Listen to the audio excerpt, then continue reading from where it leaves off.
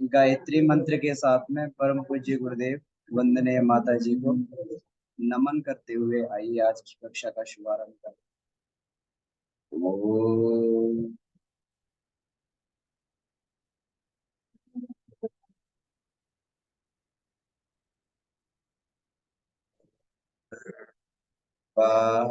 स्वाहा तत्सवितुर्वरेण्यं भर्गो देवस्य धीमहि धियो यो नः प्रचोदयात्।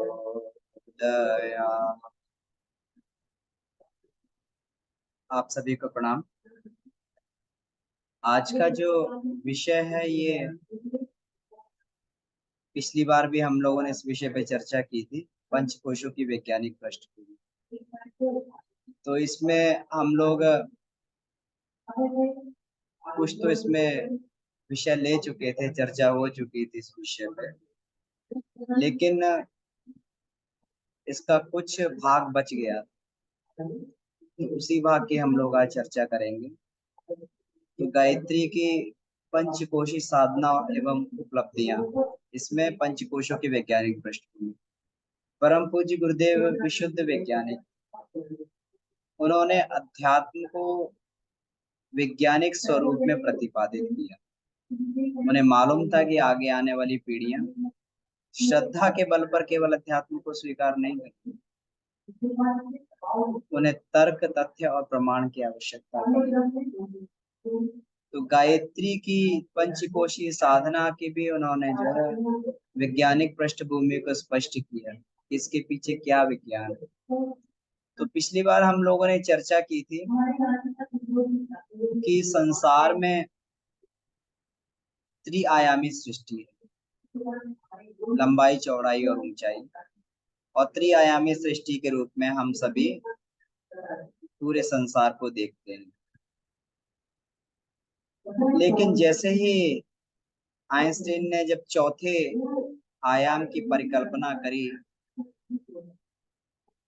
तो इस सृष्टि को देखने का आयाम बदल गया, सृष्टि को देखने का मायना बदल गया। उन्होंने कहा कि जो चौथा आयाम, उन्होंने समय के आयाम को माना, समय का आयाम चौथा आयाम, कि किसी प्रकार से मनुष्य इस समय के आयाम का अतिक्रमण कर लेता है तो जो आज हमारी मान्यताएं हैं, वो मान्यताएं बिल्कुल हमारी धराशायी हुई। कोई व्यक्ति अगर आज मर जाता है तो उसको मरा हुआ माना जाता है, उसको कहते हैं कि वो भूत हो गया, भूतकाल का व्यक्ति हो गया, वर्तमान में उसका कोई अस्तित्व नहीं। लेकिन समय के आयाम का अतिक्रमण कर लेने पर व्यक्ति भूत, भविष्य, वर्तमान किसी भी काल में कभी भी जा सकता। तो आज जिन्हें हम लोग मरे हुए समझ रहे हैं, तो केवल एक पीछे की यात्रा रह जाएगी, पीछे का पड़ाव रह जाएगा। जैसे हम लोग कोई यात्रा करते हैं, तो दिल्ली से चलते हैं, तो दिल्ली से हम लोग चलते हैं तो मथुरा पड़ता है, फिर आगरा पड़ता है, फिर आगे चल के और जो जगह है कानपुर पड़ता है, पढ़ने लगता। लेकिन अगर इसको इस तरीके से कोई सोचे कि अगर उसे यात्रा में पीछे लौटना पड़े, और लौट सकता है, कोई भी यात्रा में पीछे लौट सकता है, तो कानपुर से वो भली भांति वो मथुरा आ सकता है, आगरा आ सकता है, दिल्ली वापस लौट सकता है। लेकिन अगर ये बात हो जाए कि भाई आप जो यात्रा कर चुके हो, उस यात्रा उस पड़ाव को आप दोबारा प्राप्त नहीं कर सकते, तो हमारा सोचने का ढंग, सोचने का नजरिया बदल जाएगा यात्रा के। इसी तरीके से अगर ये हो जाए कि हम अपने जीवन की यात्रा में भी अगर समय के आयाम का अतिक्रमण कर लें, तो हम वैसे ही पीछे लौट सकते हैं जैसे हम लोग अपने स्थूल यात्रा में हम लोग पीछे लौट सकते हैं। तो आज जिन्हें मरा हुआ माना जा रहा है, हमारे पूर्वज जिन्हें मरा हुआ माना जा रहा है, जिन्हें हमारे अवतार पुरुष जिन्हें मरा हुआ मानते हैं, तो फिर मरा हुआ नहीं होगा, वो एक छूटा हुआ पड़ाव होगा और कभी भी व्यक्ति वहां तक पहुंच सकता है। आज जिन्हें हम महात्मा गांधी, सुभाष चंद्र बोस, भगत सिंह, जिन्हें हम लोग ये मरा हुआ समझते हैं, तो कभी भी पीछे लौट के हम उनसे मिल सकते हैं, उस आयाम में जा सकते हैं, उनसे मिल सकते हैं, बात कर सकते हैं, उन्हें देखा जा सकता है।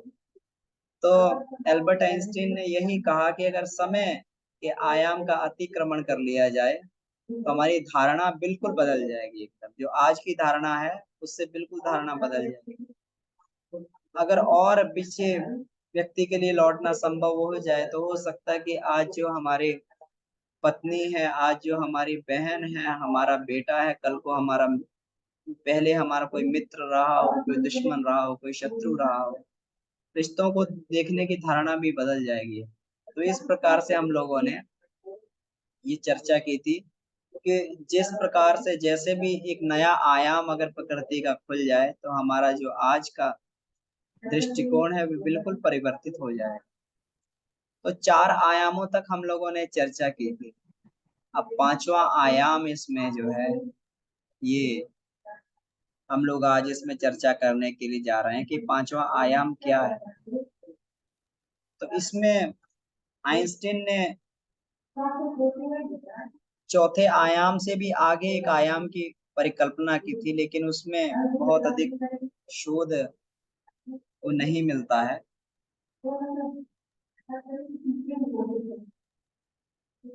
अगर इसमें कहा गया है कि अगर चौथे आयाम के अस्तित्व को जान लिया जाता है तो अतीन्द्रिय ज्ञान की असंख्य घटनाएं जो है उसको प्रमाणित भी करती हैं।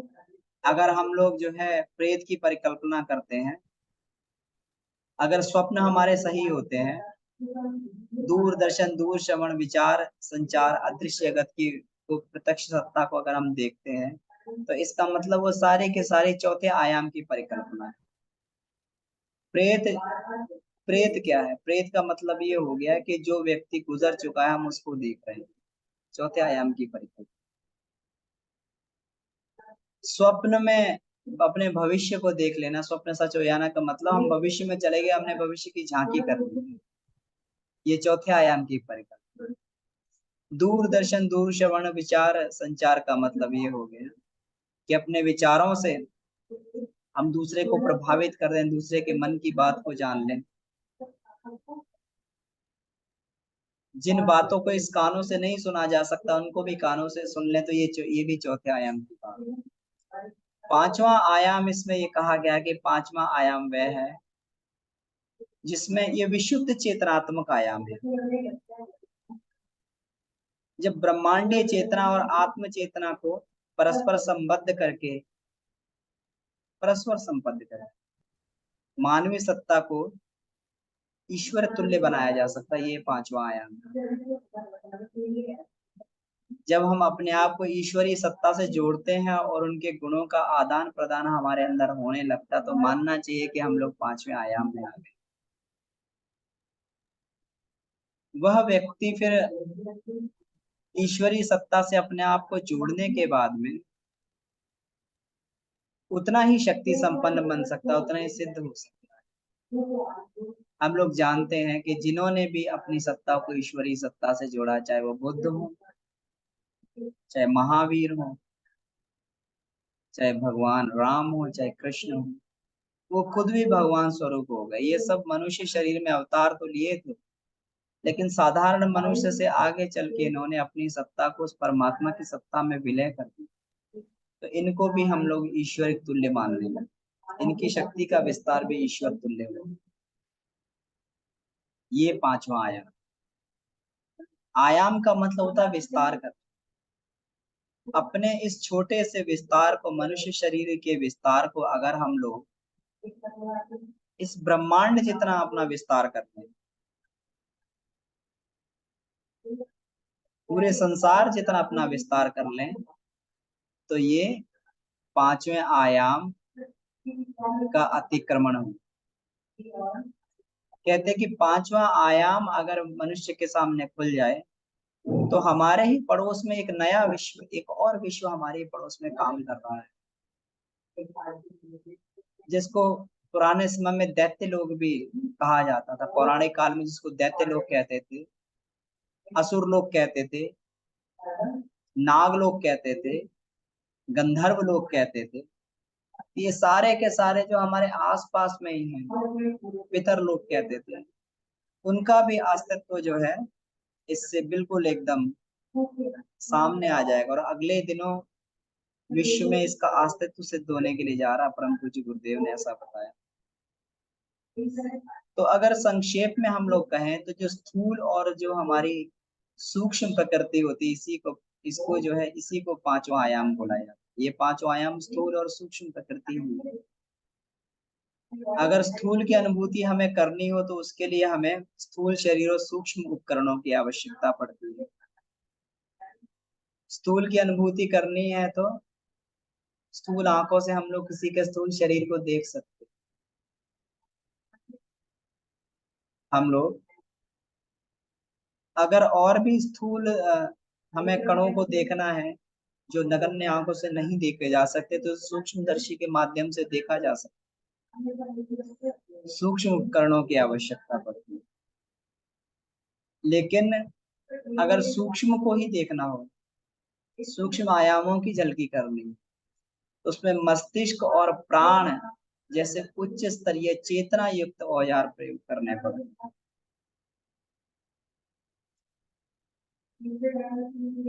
जो लोग अदृश्य सत्ताओं से मिलते हैं, अदृश्य सत्ताओं से बात करते हैं, या फिर परमात्मा सत्ता से बात करते हैं। परमात्मा को कहते हैं, परमात्मा हर किसी से बात करता है, हर किसी के सामने बोलते हैं, लेकिन हम लोग अपने स्थूल कानों के द्वारा उनकी वाणी को नहीं सुन पाते। लेकिन जब अतीन्द्रिय क्षमताएं हमारे अंदर जागृत होती हैं, तो परा और पश्चंती वाणी सुनने की व्यक्ति के अंदर योग्यता विकसित हो जाती है। तो उस स्थिति में व्यक्ति अपने मस्तिष्क और प्राण का प्रयोग करके, यानी अचेतन और सुपर चेतन मस्तिष्क का प्रयोग करके परमात्मा की आवाज को भी सुन सकते हैं। गुप्त ध्वनियों को भी उस समय सुना जा सकता है, अदृश्य जगत को देखा जा सकता है।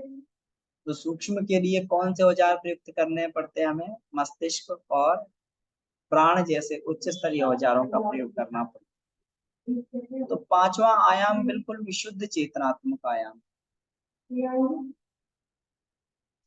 और हमारे पांचों कोश ही पांचों आयामों का प्रतिनिधित्व करते हैं। ये पांच कोश ही पांच आयाम जिसके बारे में हम लोग चर्चा करें। तो पंचकोशीय साधना का महत्व यहाँ पर कहाँ पर आता है? पंचकोशीय साधना का महत्व है कि हम जड़ वस्तु का केवल जड़ के रूप में प्रयोग ना करें, उसके भीतर काम करने वाली अगर चेतन सत्ता के साथ में हम संबंध जोड़ लेते हैं तो कहीं अधिक उससे हम कार्य कर पाते हैं, कार्य कर। अगर स्थूल का कहते हैं कि यूरेनियम, एक नारंगी जितना यूरेनियम का स्थूल अस्तित्व क्या हो सकता है, क्या बना सकते हैं उससे? स्थूल अस्तित्व कोई बहुत ज्यादा नहीं होता संतरे जितना यूरेनियम। लेकिन अगर उसके अंदर की सत्ता को, अगर उसके अंदर व्याप्त सूक्ष्म कणों को अगर तोड़ा जाता है, न्यूक्लियर फिशन किया जाता है, तो उतना नारंगी जैसा एक यूरेनियम पूरे के पूरे देश को एक पूरे दिन तक जो है वो दे सकता है, ऊर्जा दे सकता है, बिजली दे सकता है, बिजली उत्पादन कर सकता है। यानी स्थूल के क्षेत्र में काम करने वाली अगर उस सूक्ष्म सत्ता से हम अपना संबंध जोड़ लेते हैं, उसके अंदर की चेतना से संबंध जोड़ लेते हैं, तो उससे कहीं अधिक लाभ उठाया जा सकता है। इसी प्रकार से हम लोग जब ये पंचकोशी साधना करते हैं तो अन्नमय कोश में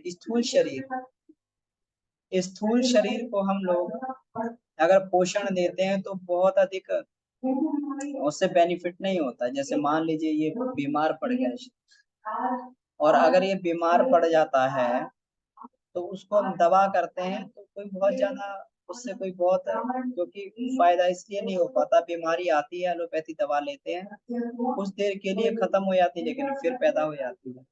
लेकिन अगर अन्नमय कोश की साधना को किसी प्रकार से कर लिया जाए तो उस स्थिति में बीमारी इस जन्म में नहीं चली जाती जड़ से, वो जन्म जन्मांतरों के लिए बीमारी खत्म हो जाती।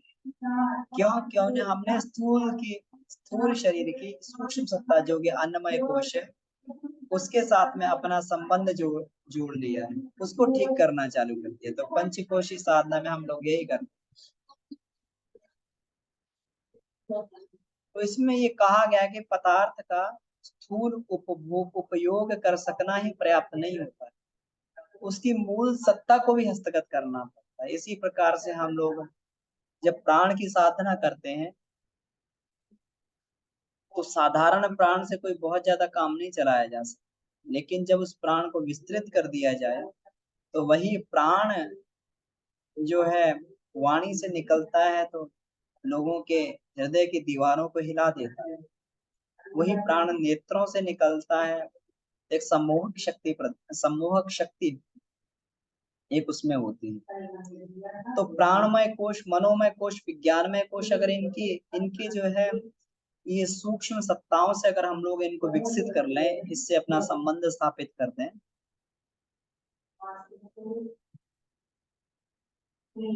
तो इनका साधारण से कहीं अधिक हम लोग लाभ उठा सकते हैं। तो इसमें बताया गया है पांचों कोशों में जो प्रथम होता है विशुद्ध पदार्थ परक होता है, और दूसरा कोश जो इसमें बताया गया है कि दूसरा कोश ये पदार्थ की ऊर्जा का क्षेत्र बोला जाता है। आगे चेतना का क्षेत्र प्रारंभ हो जाता है, मन का क्षेत्र, चेतना का क्षेत्र।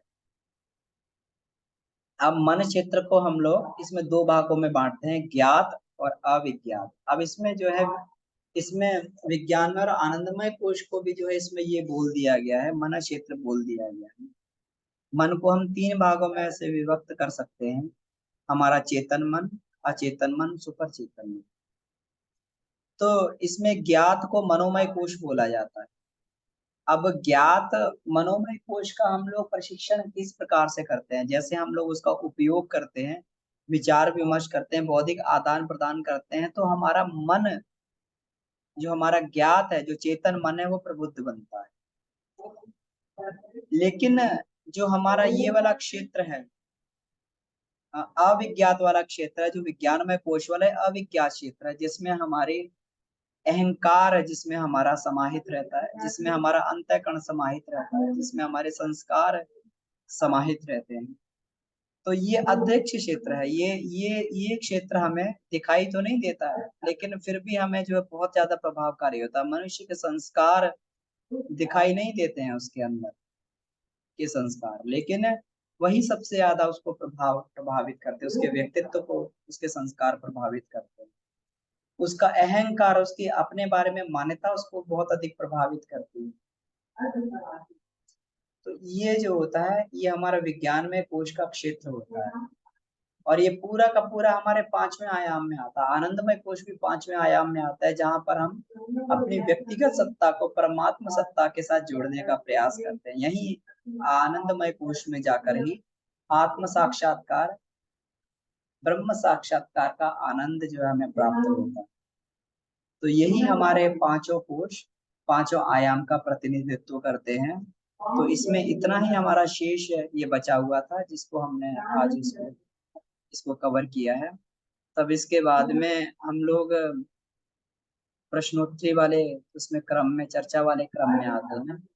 तो अगर इसमें हमारे से संबंधित कोई प्रश्न उत्तर बनता हो तो इस पे हम लोग चर्चा कर सकते हैं। कोई इसमें अनुभव इसमें हमारा बनता तो उस पर भी हम लोग चर्चा कर सकते हैं जी।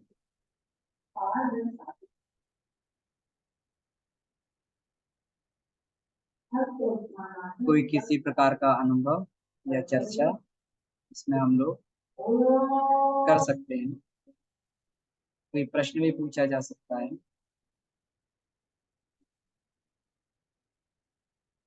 तो गुरुदेव ने कितनी सूक्ष्म दृष्टि से, हमारे ऋषियों ने कितनी सूक्ष्म दृष्टि से पांचों कोशों के पांचों आयाम का अनावरण किया, जहां पर अभी तक भौतिक साइंस हमारी नहीं पहुंच पाई और शायद ना पहुंच पाएगी।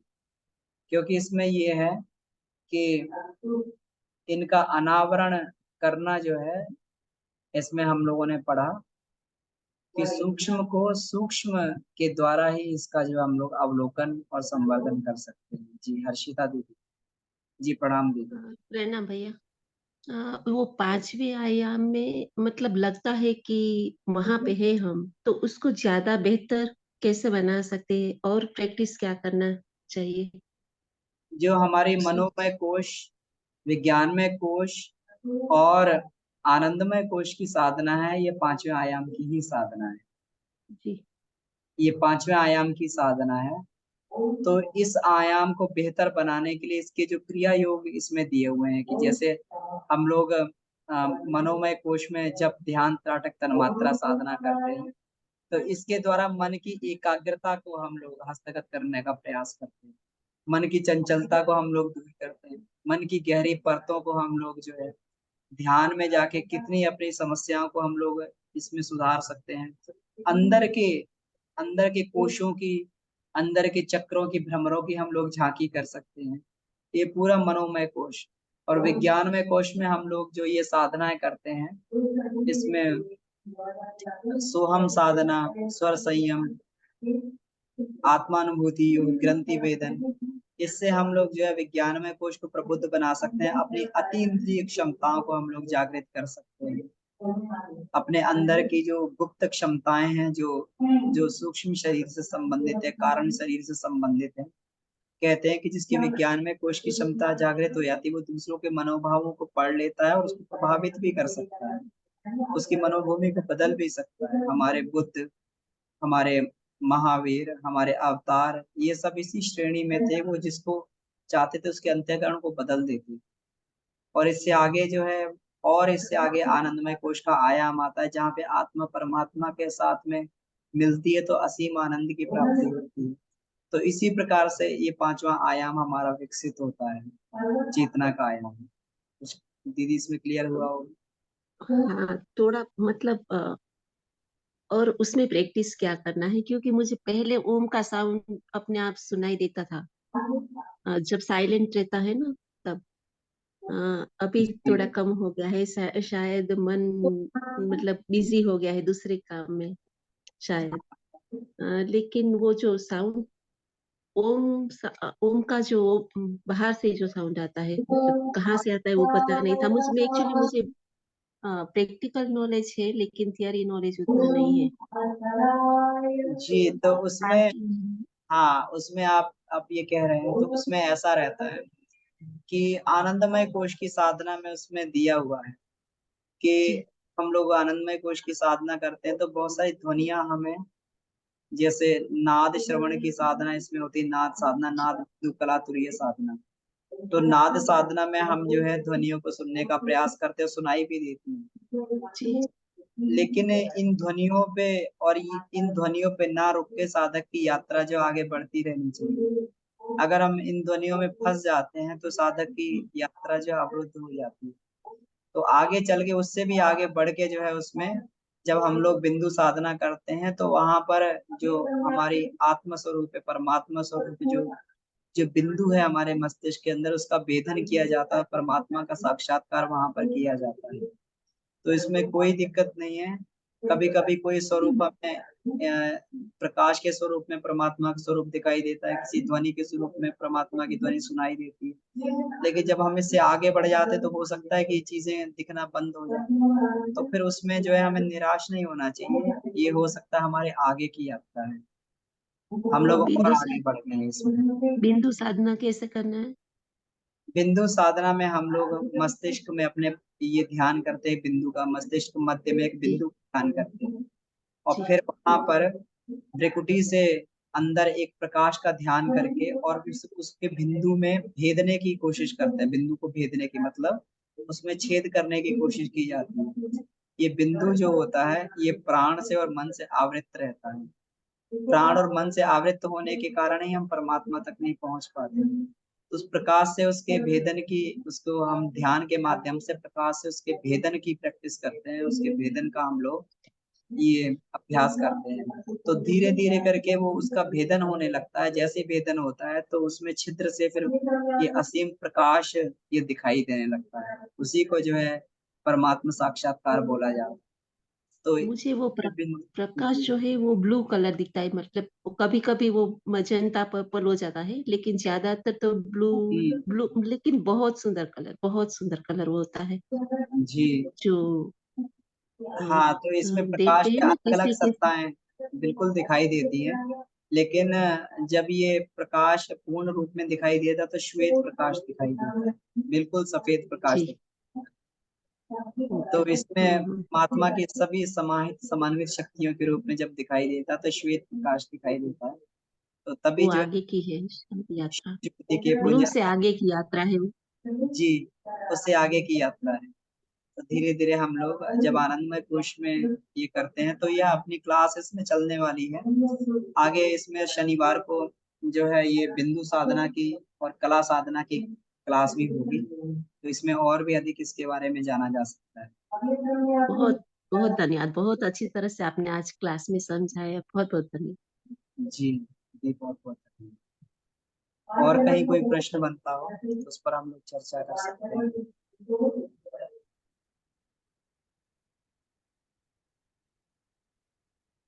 ठीक है, तो अगर कोई प्रश्न नहीं बनता है तो इस क्लास को हम लोग यहीं समाप्त कर सकते हैं, और आगे पुनः हम लोग जो अगली कक्षा में मिलेंगे अगले नए अध्याय के साथ में। आप सभी का बहुत बहुत धन्यवाद। परम पूज्य गुरुदेव वंदनीय माता जी को हम लोग नमन वंदन करते हुए आज की कक्षा को यहीं समाप्त कर सकते हैं।